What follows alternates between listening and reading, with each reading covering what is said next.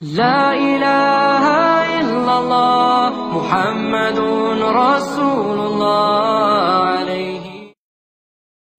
আজকে তুমি আনন্দ ফুর্তি করছো, আজকে তুমি ভোগ বিলাসিতায় মত্ত হয়ে আছো। আগামীকাল হয়তো তুমি কবরের অধিবাসী হয়ে যাবে, আগামীকাল হয়তো তুমি মৃত্যুবরণ করবে। হে দুনিয়ার মানুষ, নিজের সুস্থতার ব্যাপারে অহংকার করো না।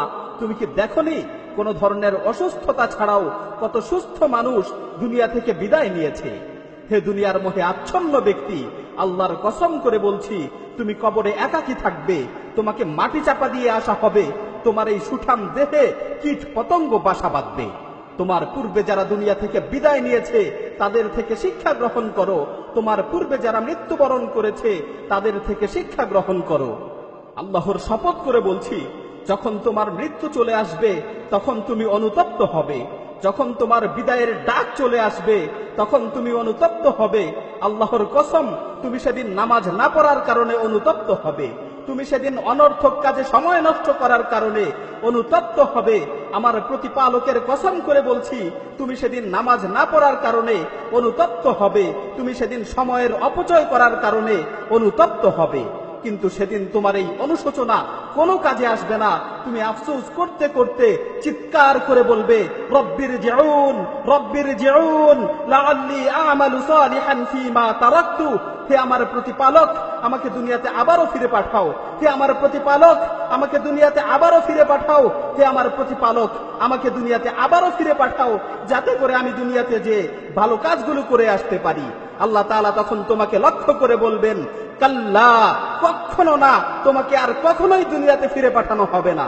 অন্য আয়াতে এসেছে, যখন মানুষ ভালো কাজ করার জন্য পুনরায় আবার দুনিয়াতে ফিরে আসতে চাইবে তখন আল্লাহ তাআলা বলবেন, আওয়ালাম নুআম্মিরকুম মা ইয়াতাযাক্কারু ফীহি মান তাযাক্কার ওয়া জাআকুমুন নাযীর ফাযূকু ফামা লিয-যালিমিনা মিন নাসীর। আমি কি তোমাদের দীর্ঘ জীবন দেইনি? আমি কি তোমাদের দীর্ঘ জীবন দেইনি? সেই সময় কারো যদি উপদেশ গ্রহণ করার ইচ্ছা থাকতো তাহলে সে অবশ্যই উপদেশ গ্রহণ করতে পারত। তোমাদের কাছে সতর্ককারীরা এসেছিল, তোমরা সেই সময় তাদেরকে অবহেলা করেছো। সুতরাং জাহান্নামের স্বাদ আস্বাদন করো, আজকে জালিমদের জন্য কোনো সাহায্যকারী নেই। সুতরাং সময় থাকতে পাথেয় সংগ্রহ করো, জীবিত অবস্থায় তওবা করো, জানাজার খাটে শোয়ানোর পূর্বে নিজেকে শুধরানোর চেষ্টা করো। যদি পাথেয় সংগ্রহ না করেই তুমি আখিরাতের সফর শুরু করো তাহলে তুমি অনুতপ্ত হবে। যায়েদান নুমাইরি রাহিমাহুল্লাহ তিনি বলেন, যদি মৃত্যুর নির্দিষ্ট কোনো সময় জানা থাকতো তাহলে আমি মৃত্যুর ব্যাপারে নিশ্চিন্ত থাকতে পারতাম যে অমুক সময় আমার মৃত্যু হবে।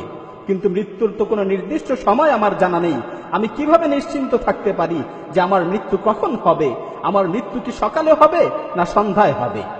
শেষ কথা হচ্ছে, তুমি তোমার বিবেকের কাছে প্রশ্ন করো, তুমি তোমার অন্তরকে জিজ্ঞাসা করো, তুমি কি এই অবস্থায় আল্লাহর সাথে সাক্ষাৎ করার জন্য প্রস্তুত? আজকে যদি তোমার মৃত্যু চলে আসে তাহলে তুমি কি মৃত্যুর সাথে সাক্ষাৎ করার জন্য প্রস্তুত?